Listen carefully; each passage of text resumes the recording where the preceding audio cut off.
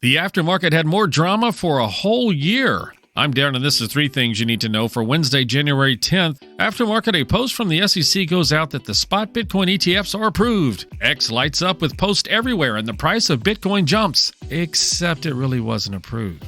Seems that someone sent out an unauthorized post on X. Should the name change to the UEC for the Unsecurities and Exchange Commission? I'm just kidding, Mr. Gensler. According to the World Bank's semi-annual report, we are in a decade-long declining growth period. The report points to the Chinese economy, lasting wars, and COVID recovery. Growth is expected to be slow due to tightened credit and it being an election year. There seems to be a discrepancy between U.S. reports and world reports. If you like Roomba, you may like to enlist his AI brother, YarboB. Why couldn't they have just said YarBro? With leaf blower, snow blower, and lawnmower attachments, it operates similar to the Roomba, but outside in your yard, complete with remote. Trade while you're sleeping across time zones with Arbitrage Trade Assist. Sign up today at arbitragetrade.com. Arbitrage Trade is your trusted source for business, finance, and tech info. Hi, we're the Goo Goo Dolls. We're fortunate that our daughters have what they need to grow and learn. But that isn't the case for nearly 13 million kids in the U.S. that struggle with hunger. Childhood hunger is a heartbreaking reality that Feeding America is working to change. Each year, the Feeding America network of food banks rescues billions of pounds of good food that would have gone to waste and provides it to families and children in need. You can help kids in need in your community by visiting feedingamerica.org.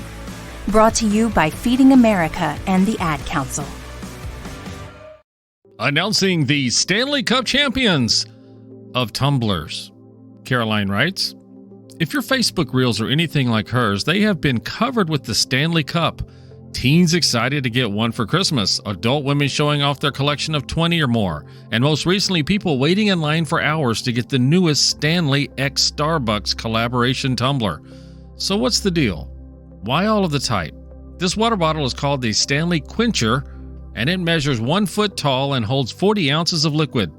The Quencher retails for between $45 and $55, sports a handle for ease of transportation, and boasts a tapered design that allows it to slide into the car's cup holder. The cup has become a social media star, with some users calling it their emotional support water bottle. Oh boy. The hashtag Stanley Cup has garnered over 6.8 billion views on TikTok. According to figures shared with CNBC, Stanley's annual sales for 2023 were projected to top $750 million. How did Stanley get there? Stanley's been making products since 1913 and was most well known in the beginning for its hammer-tone green vacuum-sealed thermos-style cup, which was used a lot by blue-collar workers to keep their lunch hot. Stanley started making the Quencher-style tumbler in 2016, but had quit restocking and marketing the product in 2019. The Buy Guide co-founder Ashley LeSueur purchased her first Quencher at a Bed Bath & Beyond store in 2017. She fell in love with the product and began gifting it to friends and recommending it to her followers. In 2019, she tried to make a case for Stanley to continue production of the Quencher, but the sales numbers just weren't there. Stanley gave her another option: make a wholesale order to sell Quenchers directly to her Buy Guide audience. Those Quenchers sold out within days. Then in 2020, Stanley hired Terrence Riley, who had spent the previous 7 years at Crocs, as its new president. When Riley took charge, he embraced the Buy Guide as partners, working with them to promote new and exciting colors like desert sage and cream. My experience at Crocs told me that the kind of influence opportunity was just the magic that Stanley might need, he said, and we were right. The Buy Guide proved to be amazing partners and helped us create the Quencher phenomenon. Content creator Chelsea Espejo first learned about the Quencher in 2022. She now has a collection of 47 Quenchers. As a gym enthusiast, she credits the cup's large size for helping her stay hydrated throughout her workouts. The wide variety of color options certainly don't hurt either. On the days that I do have extra time, I search for the specific color that matches my shirt, she told CNBC's Make It. I wouldn't even say Stanley's are something I use. They're actually part of my personality. If I don't have it, if I don't choose the right color, my day kind of doesn't go how I planned it. This type of comment is exactly what Riley was hoping for. We see all the time that our customer wants her Quencher to match her fit, her nail polish, her car, her mood, her kitchen. We're serving her where she wants the product. Vincent Marcus, an influencer based in Los Angeles, was among the thousands who trekked to Target to get the limited edition winter pink tumbler for his 10-year-old daughter, who heard about the release on social media. She and her friends are really realizing the hype, he said, noting his daughter had 4 cups already. The desire to collect is only a recent thing.